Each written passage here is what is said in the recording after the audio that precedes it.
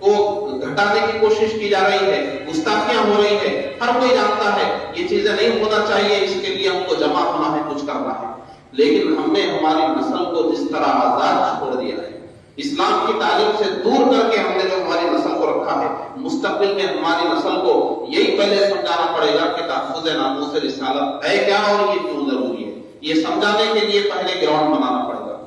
ابھی تو بنا بنایا گراؤنڈ ہے، کوئی بھی نوجوان آ جائے گا کہ پیغمبر اسلام کی گستاخی ہو رہی ہے آ جاؤ، لیکن ابھی جو نسل ہمارے سامنے پروان چڑھ رہی ہے اسے پہلے یہ سمجھانا پڑے گا کہ پیغمبر اسلام کے خلاف کچھ ہو رہا ہو تو آواز اٹھانا کیوں ضروری ہے۔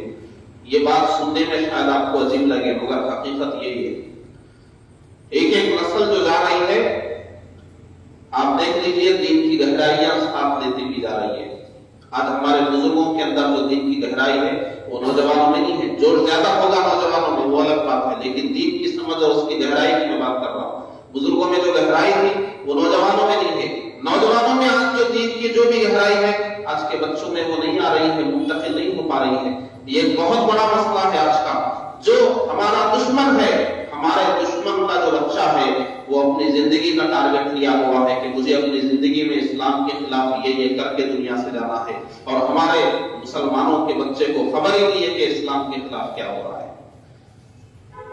آپ کو تعجب کی بات بتاؤ، ہمارے 10 سال کے مسلمان بچے کو یہ نہیں معلوم ہے کہ نماز میں شرائط فرائض کتنے ہیں، اور یہودیوں کے بچے کو معلوم ہے مسلمانوں کی نماز میں اتنے شرائط ہیں، اتنے فرائض ہیں، اور مجھے اپنی زندگی میں ایسا کام کرنا ہے کہ یہ شرط میں خلل ڈال کر دنیا سے جاؤں۔ یہودیوں کا بچہ مسلمانوں کے نماز کے شرائط میں خلل ڈالنے کا پروجیکٹ لے کے چل رہا ہے، اور ہمارے بچے کو تو شرائط کا علم ہی نہیں ہے، اس کے پاس ابھی شرائط کا بھی علم نہیں ہے۔ آپ اندازہ کیجئے ہماری نسل کدھر جا رہی ہے، اور یہ ہماری نسل وہ نادان ہے۔ ہماری جو نسل ہے وہ اپنی مرضی سے کچھ نہیں بن سکتی، اس کو بڑے جب بنائیں گے تب کچھ بنے گی۔ آج کا سب سے بڑا مسئلہ یہ ہے، اس سے پہلے جہاد کی آیات کریمہ پر جو اعتراضات ہوئے تھے اس وقت بھی ایک مقام پر میں نے یہی بات کہی تھی، احتجاج ایک عارضی کارروائی ہے جو ضرور ہونا چاہیے، قانونی چارہ جوئی ایک عارضی کارروائی ہے جو ضرور ہونا چاہیے، لیکن جو دائمی کارروائی ہے اسے ہم کو شروع کرنے کی ضرورت ہے۔ عارضی چیزوں سے، عارضی محنتوں سے، عارضی قربانیوں سے اسلام 1400 سال کا سفر طے کر کے نہیں آیا ہے۔ ہمارے بزرگوں نے زندگیوں کو وقف کیا ہے، ہمارے بزرگوں نے ہجرتیں کی ہیں، ہمارے بزرگوں نے ساری زندگی کو اپنے خواہشات کے پیچھے نہیں، اسلام کے مقاصد کے پیچھے دوڑایا ہے۔ تب جا کر 14 صدیاں گزرنے کے بعد بھی اسلام اپنی اصلی شکل میں ہمارے پاس ہے۔ آج کی سب سے بڑی ضرورت، بار بار میں کہتا ہوں، پھر ایک بار اس کا اعادہ کرتا ہوں، ہمارے نبی نے جو ترتیب ہم کو عطا فرمائی ہے ہماری نئی نسل کی تربیت کے لیے، آج اس ترتیب کو آپ سمجھیے۔ ہمارے نبی نے نئی نسل کی ترتیب کو اس طرح سے سمجھایا ہے کہ جو بچہ ہے وہ پہلے سنتا ہے، بولتا نہیں ہے، پھر کچھ دن کے بعد بولنے لگتا ہے مگر سمجھتا نہیں ہے، اس کے بعد اس کے اندر سمجھ آتی ہے، اور سمجھ آنے کے چند سال کے بعد اس کے اوپر شریعت لاگو ہوتی ہے۔ یہ بالغ ہونے سے پہلے تک کی زندگی جو انسان کو شریعت سے آزاد رکھا گیا ہے، ایک بچے کو شریعت سے کیوں آزاد رکھا گیا ہے؟ تاکہ وہ بالغ ہونے تک شریعت سیکھ سکے، اس کو معلوم ہو جائے کہ آگے جو شریعت نافذ ہونے والی ہے وہ ہے کیا۔ ایک بچے کو ماں باپ کا تابع کیوں بنایا ہے اللہ نے؟ بچہ کبھی باپ سے دلیل نہیں پوچھتا کہ اس کی دلیل کیا ہے، باپ جو بولے وہ مان لیتا ہے، ماں جو کہے وہ مان لیتا ہے۔ یہ بچہ جو بلا دلیل ہماری بات مانتا ہے، اللہ نے بچے میں مادہ کیوں رکھا ہے؟ اس لیے کہ وہ بچہ ماں باپ جو کہیں وہ مان لے، اور ماں باپ کو حکم دیا کہ اسے اسلام سکھاؤ، اس کی فطرت اسلام کے مطابق بناؤ، اس کی فطرت کو اسلام کے سانچے میں ڈھالو۔ جب فطرت اسلام کے سانچے میں ڈھلے گی تو پھر جوانی میں بہک بھی رہا ہوگا، سمجھ جائے گا، کسی کی نصیحت کام آ جائے گی، کسی کا باس کام آ جائے گا۔ آج یہ ہزاروں جلسے ناکام ہو رہے ہیں، ہزاروں بیانات سے ہمارے اندر کوئی اصلاح نہیں ہو رہی ہے. ایک راز کی بات آپ کو بتاؤں, ہمارے بزرگ تصدیق کریں گے, ہمارے بزرگوں کو ایک کتاب مل جاتی تھی, اردو پڑھنے والوں کو, وہ ایک کتاب سے ان کی زندگی بدل جاتی تھی. آج ہمارے نوجوان کے پاس 100 کتابیں ہیں لیکن اس کی زندگی میں کوئی تبدیلی نہیں ہے, کیونکہ وہ لوگ تھوڑا پڑھتے تھے لیکن اس پر عمل کرتے تھے. اسی نیت سے کتاب پڑھتے تھے کہ مجھے اس کے مطابق چلنا ہے. آج نوجوان کتاب اس لیے پڑھتا ہے تاکہ کسی سے بحث کر سکے, کئی بات چھڑے تو ہم بھی کچھ اپنی رائے لے سکیں. اس کی زندگی میں اپنا عمل کچھ بھی نہیں. اور آپ کو ایک حقیقت بتاؤں, ہماری نسل کیسے بڑی ہو رہی ہے اس کو سمجھیے آپ. آج بہت سے نوجوان آپ کو ملیں گے جن کو معلوم ہو گیا ہے نماز پڑھنا چاہیے, جن کو معلوم ہو گیا ہے روزہ نہیں چھوڑنا چاہیے, جن کو معلوم ہو گیا ہے فلمیں نہیں دیکھنا چاہیے, جن کو معلوم ہو گیا ہے یہ حرام ہے, یہ حرام ہے, یہ حرام ہے, یہ نہیں کرنا چاہیے, یہ نہیں کرنا چاہیے, یہ نہیں کرنا چاہیے. ان کا ارادہ بھی ہوتا ہے میں یہ کاموں کو چھوڑ دوں گا, لیکن جب ان کاموں کا موقع آتا ہے تو چاہتے ہوئے بھی وہ اپنے آپ کو بچا نہیں پاتا ہے.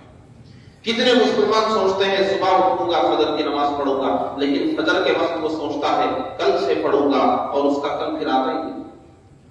رات میں بہت جذبہ ہے اس کو کہ مجھے اٹھنا ہے فجر پڑھنا ہے, لیکن فجر کے وقت وہ اپنے آپ سے نہیں لڑ پا رہا ہے, ظہر کے وقت وہ اپنے آپ سے نہیں لڑ پا رہا ہے. نماز پڑھنے کی بہت آرزو ہے, مجھے 5 وقت پڑھنا ہے, مجھے نمازی بننا ہے, لیکن جب نماز کا وقت آتا ہے تو وہ اپنے آپ سے نہیں لڑ پا رہا ہے, اپنے باطن کا مقابلہ نہیں کر پا رہا ہے, اپنے نفس کا مقابلہ نہیں کر پا رہا ہے. کیوں؟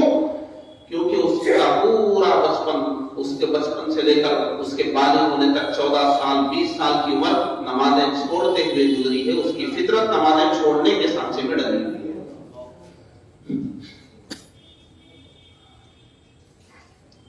وہ بچہ بچپن سے لے کر 20 سال کی عمر تک فلمیں دیکھتے ہوئے ہی بڑا ہوا ہے, اسی سانچے میں اس کا مزاج ڈھلا ہوا ہے. حلال و حرام کی فکر لیے بغیر وہ اپنی زندگی کی بنیاد گزارا ہے, وہی اس کا باطن بن گیا ہے, وہی فطرت کے خلاف اس کا مزاج ڈھل گیا ہے, جس کی وجہ سے آج وہ اپنی فطرت کا مقابلہ نہیں کر پا رہا. علم آ گیا, علم تو بہت اچھا آ گیا, معلوم ہو گیا, صحبتیں اچھی نصیب ہو گئی, مگر مقابلہ اس کی ایک آسان مثال میں دیتا ہوں. بہت بہترین پیٹرول آپ نے گاڑی میں ڈال دیا, چلانے والا ڈرائیور بھی بہت ماہر ہے, پیٹرول بہت عمدہ ہے, لیکن بلندی پر چڑھنے کے لیے اس گاڑی کے انجن میں بھی دم ہونے کی ضرورت ہے. اس میں پک اپ دم نہیں ہوگا, نہیں چڑھ سکے گی. آج ہمارا بچہ جو اسلام کے خلاف فطرت میں ڈھل کر ہم نے اس ڈھال کر جو ہم نے بڑا کیا, اسے ہم نے جو نمازیں چھوڑنے کی عادت کے ساتھ بڑا کیا, فلمیں سیریل دیکھنے کی عادت کے ساتھ بڑا کیا, حرام کاموں کی عادت کے ساتھ بڑا کیا, یہ اس کا جو انجن ہے اس کا پک اپ گیا, وہ باطن خراب ہو گیا. اس کا پیٹرول ہماری تقریروں سے کتنا بھی اچھا بنا لے اور اس کو کتنا بھی ماہر چلانے والا مل جائے, اس کا باطن اندر سے ایسا بے بنیاد ہو گیا ہے, موقع پہ گناہ سے خود کو بچا نہیں پا رہا, باطن کا مقابلہ نہیں کر پا رہا. اسی باطن کو سنوارنے کے لیے اولیاء کرام پوری زندگی گزارتے تھے.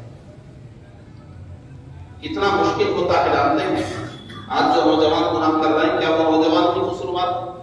ان کے سرپرست جنہوں نے ان کے مزاج کو ایسا بنایا, ان کے فطرت کو ایسا بنایا, آج وہ نہیں لڑ پا رہے اپنے نفس سے, اپنے باطن سے. ضرورت ہے اس کے باطن کو ٹھیک کرنے کی, مگر باطن کو ٹھیک کرنا اتنا لمبا پروسیس ہے کہ جب باطن کی بنیاد پڑ رہی تھی غلط بنیاد پڑ گئی.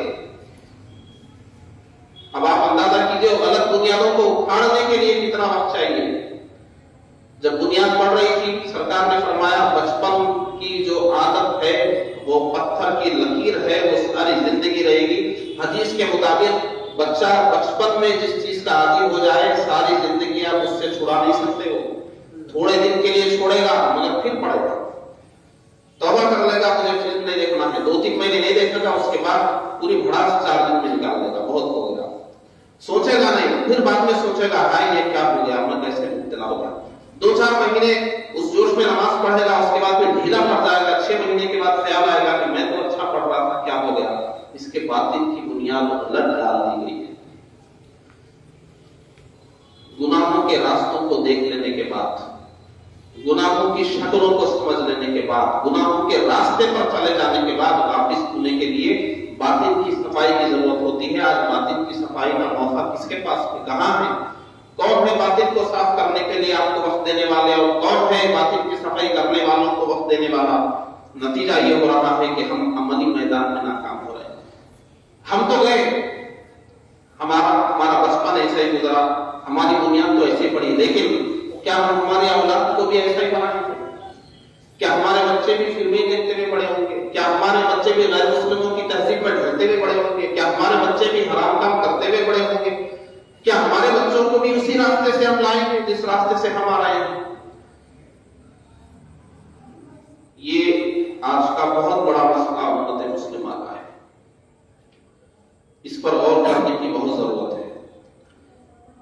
ہم یقیناً اپنے بچوں کو سدھارنا چاہتے ہیں، مگر بگڑنے کے بعد اسلام کہتا ہے بگڑنے مت دیجیے، بگڑنے تک چپ چاپ بیٹھ کے رہنا، بگڑنے دینا یہ پہلی ہماری غلطی ہے۔ آپ کو معلوم ہے انسان کی فطرت اللہ نے ایسی ہی بنائی ہے کہ بچہ جو سنتا ہے وہی بولتا ہے، جو دیکھتا ہے وہی کرتا ہے۔ آپ زبانی جمع خرچ کے ذریعے اپنی اولاد کی صحیح تربیت کرنا چاہیں، ایسا نہیں ہو سکتا۔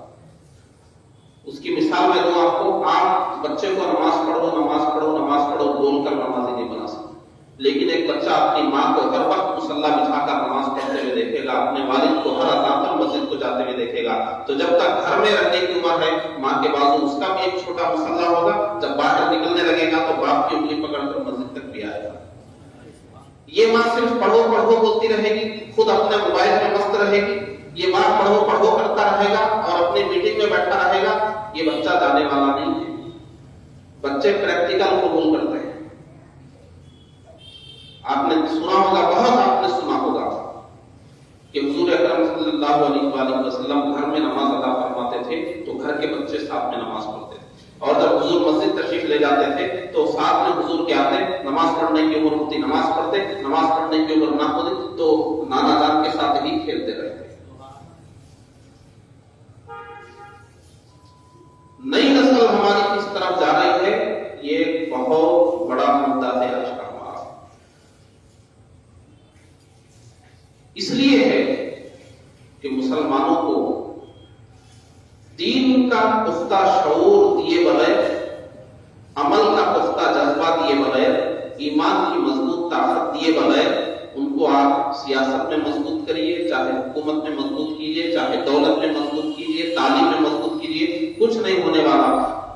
سیاست میں مضبوط ہونے والے مسلمان کو دین و ایمان کا پتہ ہوگا، اس کی فکر ہوگی، تو ہی اپنی سیاست دانی کے ذریعے اسلام مسلمانوں کا فائدہ کرے گا۔ ایک ڈاکٹر کو اگر اسلامی شعور ہوگا تو ہی وہ مسلمانوں کا فائدہ اپنی ڈاکٹری کے ذریعے کر سکے گا۔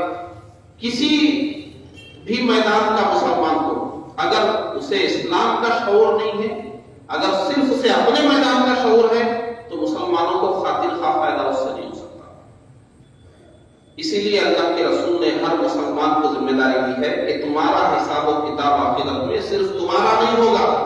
تم نماز کیوں نہیں پڑھے صرف یہی سوال نہیں ہوگا، تمہارا بچہ کیوں نماز نہیں پڑھا یہ بھی سوال ہوگا، تمہاری بیوی کیوں نہیں نماز پڑھی یہ بھی سوال ہوگا، تمہارا جو شاگرد تھا وہ کیوں نماز نہیں پڑھا اس کا بھی سوال ہوگا، تمہارا مرید کیوں نہیں نماز نہیں پڑھا اس کا بھی سوال ہوگا۔